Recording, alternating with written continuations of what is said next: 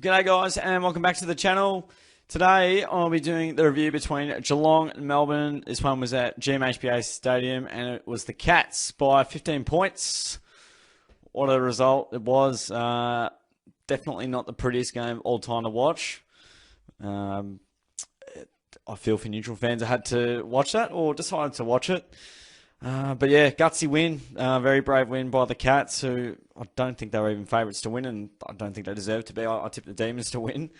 And teams coming off the bye haven't been, in great nick. So, it was a wonderful result. How we got there was very ugly, not pretty at all. But, just stoked to get the win because it really was season on the line stuff. We lose that. And all of a sudden it becomes near on impossible. So to go to 7-7's as good a result as you can ask for, considering all that transpired and has transpired throughout the season 2023. It's had its challenges.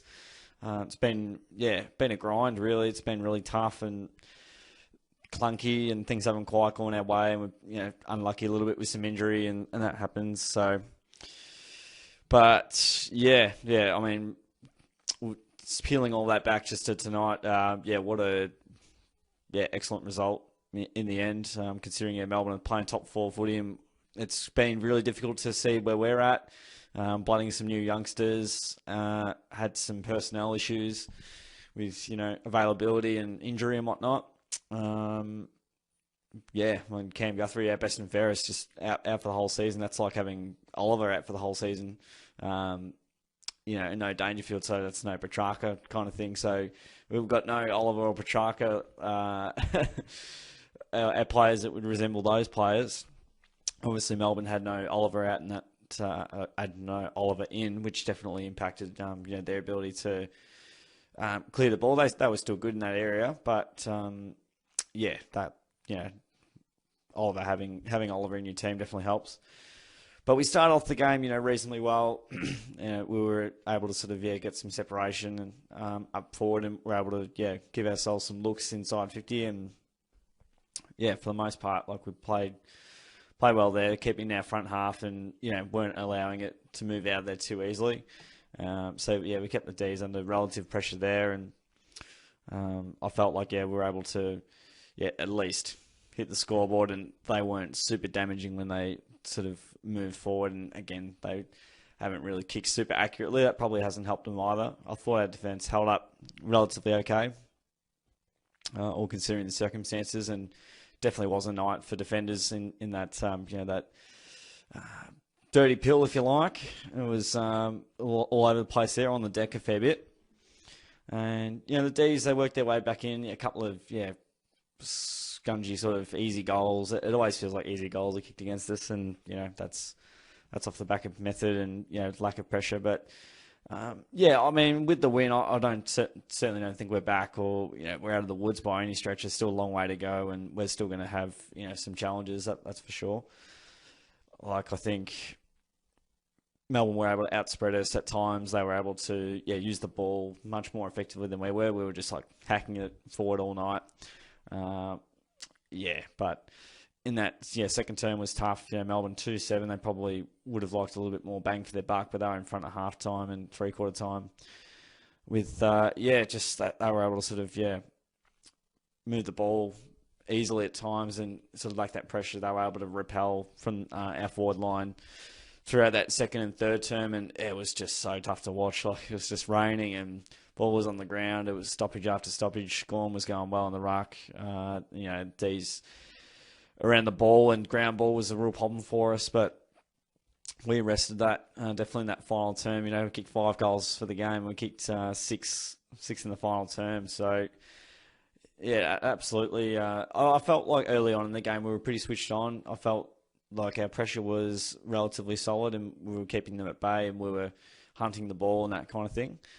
And the D's are they're a really good team, so they're going to have their momentum go their way at times. You're not going to win by 10 goals and keep the D's at bay for the whole game. But at three-quarter time felt very powerless, very just, yeah, like you just could not see where score was going to come from. And that's credit to the D's defence, credit to the conditions as well.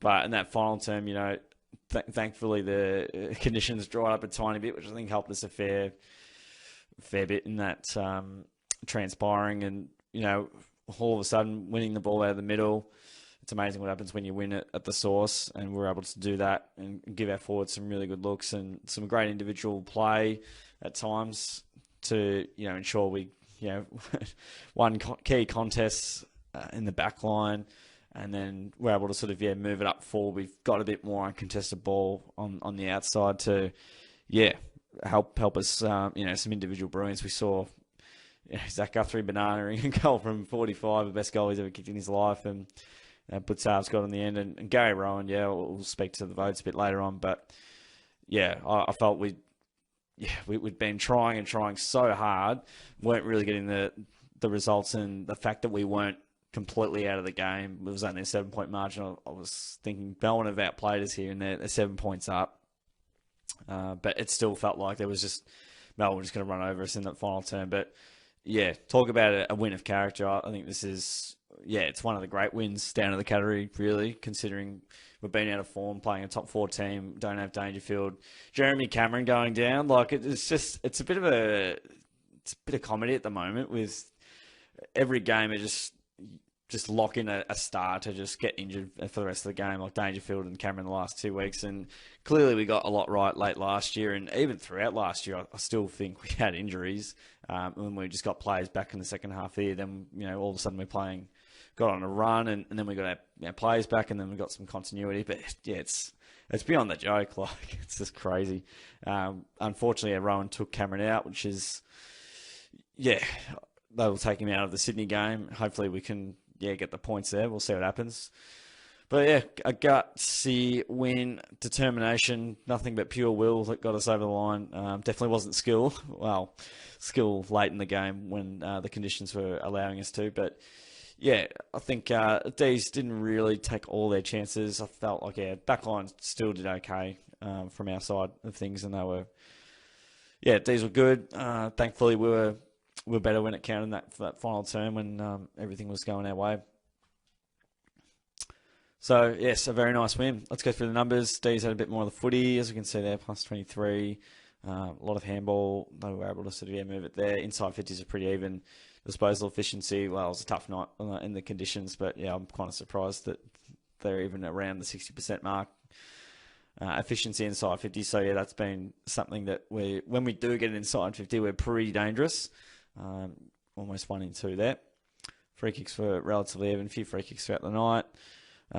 D's got the job done in terms of the hit outs, plus 16 there. The clearances, that's damning. It did feel like they got a fair bit going their way. So I think in a game where it's a bit drier, there'd be a lot more, probably better looks. So still a lot of work to do. A pretty good midfield in saying all that. Centre clearances, though, we were surprisingly good in that facet of the game around the ground. That's where the D's got their, I suppose, field position. Contested ball, surprisingly, D's got the job done there. They must have done some great work in that late in that first term. Probably felt like throughout the second half of the first term to probably 3/4 time, that felt like the D's just had the stranglehold or the control of the game, although the scoreboard didn't really go to control. So I think we can thank the conditions a little bit, but I definitely appreciate getting the job done. They got a bit more on the outside, the plus 30 there. Marks, we did all right, plus 8 in that sort of mark. Then the marks inside 50. We got 12-8, so we're able to find some good leads, good kicks inside 50 contested marks. We got the job done there, and led for most of the match, which is great. D's were up for a little bit, so when you look at it like that, not too shabby at all. Tackles, D's out tackled us as well, so they worked incredibly hard. We know tackles inside 50 is a bit of a weakness, can walk out a little bit at times, but just so proud of the effort. Despite not being, the classiest game of all time, it's sometimes you just have to find a way. You just have to get the win, and we did out of pure desperation. All right, let's go through the votes. Gary Rowan with the 3 votes. He was outstanding. He kicked 3 goals too, and gee, he had to be good after he knocked out one of the best players in the comp. He definitely hasn't been one of the best players in the comp of late. But yeah, he kicked 3-2, 16 touches, probably nearly career high for Gary Rowan, to be honest. Chucky did well there, 7 marks, 4 tackles, 2 goal assists as well. So he's led us to 5 goals. He's nearly got half our score there, to be honest.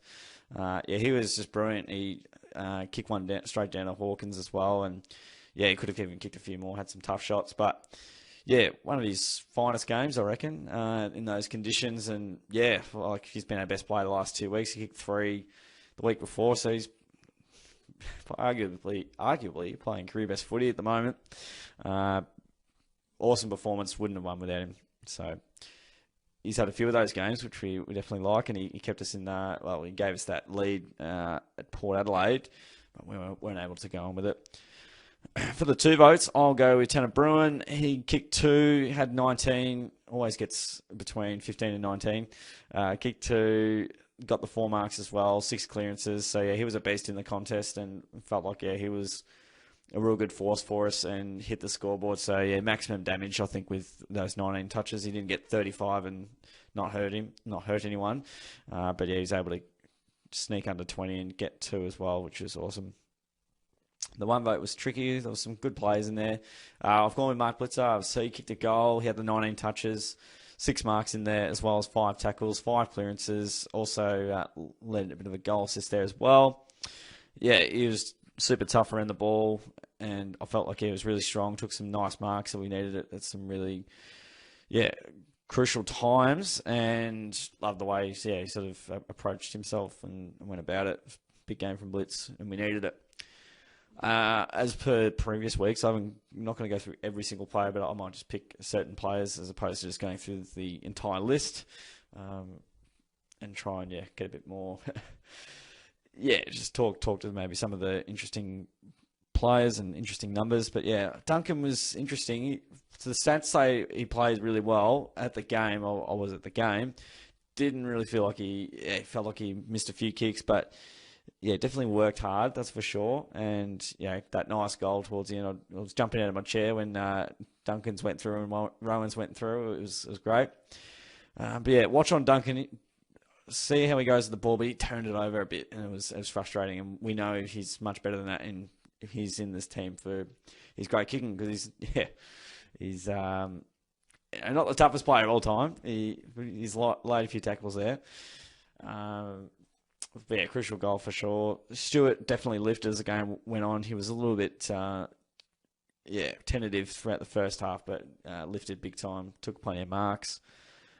Close got a fair bit of the ball. He ended up with 24 in the end, which was, he got on his bike, ended up with a goal assist as well.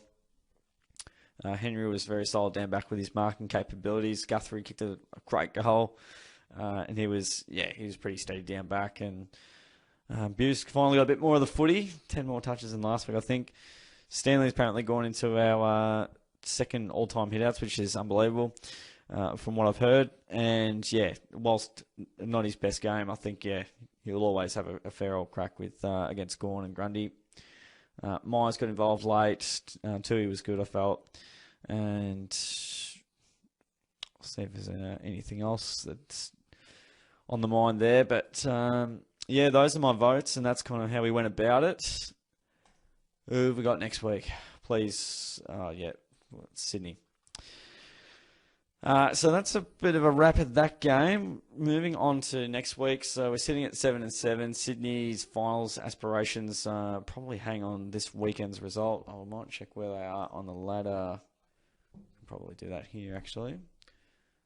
So suss the old ladder out. Sydney 5 and 8. Yeah, it's looking pretty tough to make finals from there. They'd have to win 8 out of their last 10 or something like that. So, they'll be desperate, and I don't know if they've got the bye this week. We'll suss out the fixture for this week. I imagine they are playing. They are playing West Coast, so you suspect that they'll go to 6 and 8. Anyway, going to be a tough game for sure, especially with no Cameron, although he's been out of form lately as well. So, you never quite know. Look, our recent encounters, something to go by. Definitely been good from the Cats' perspective. It is somehow so tough to win over at the SCG, and they've been playing a little bit better. They were plucky against the Lions. Well, I don't think the Lions are travelling that well at the moment. That all could change by tomorrow night. We'll see. I haven't tipped us very much lately. I think we're capable enough to get the job done. Paddy should be back. Cameron won't be. And hopefully we can just get. There's probably a few more players on the sidelines as well. So hopefully we can just find a way to get the win. Just need to find a way to get the 4 points and just keep moving on and getting wins. So yeah, going to be a tough game, irrespective of all of that, because it's at the SCG. It's the hardest. It's one of the hardest grounds to play at sometimes, especially for us. And we haven't won there too many times lately. I think 2021 they got us, and we might have got them in 2017, 2018. So going back a while, but also, don't play them there very often. But I'm a happy man tonight, getting the win, 15 points. It was, just such a brutal affair. Tough game to watch, but the last quarter was beautiful, and I look forward to seeing that back. Looking forward to listening to see what Scotty reckons as well. But admiration for the boys and what was, such a tough night at the office, and hopefully we can, just start backing a few wins and getting some players back and just keeping some players on the park as well. Probably just been a lot of unlucky collision injuries. Out of almost desperation at times, we're trying to, keep our hopes alive, and almost to our detriment at times. But hopefully Jez is only out for a week, but it looked pretty nasty, and it was on the ground for a long time, and they took him off from the stretcher, and that process took a fair bit of a toll, but we'll see how that all pans out. So there you go. That's how we do it. It's a good result for the Cats. Go to 7-7, and just sort of keep that win-loss ratio in check. I'm buggered, as you can tell. I can't even speak anymore, but what a result, and hopefully we can keep on keeping on. Guys, if you haven't already, click the subscribe button and like the video if you enjoyed my review. Appreciate you guys joining in. Go Cats! Hopefully get a win next week. Thanks for tuning in, guys. I'll catch you all on the next video.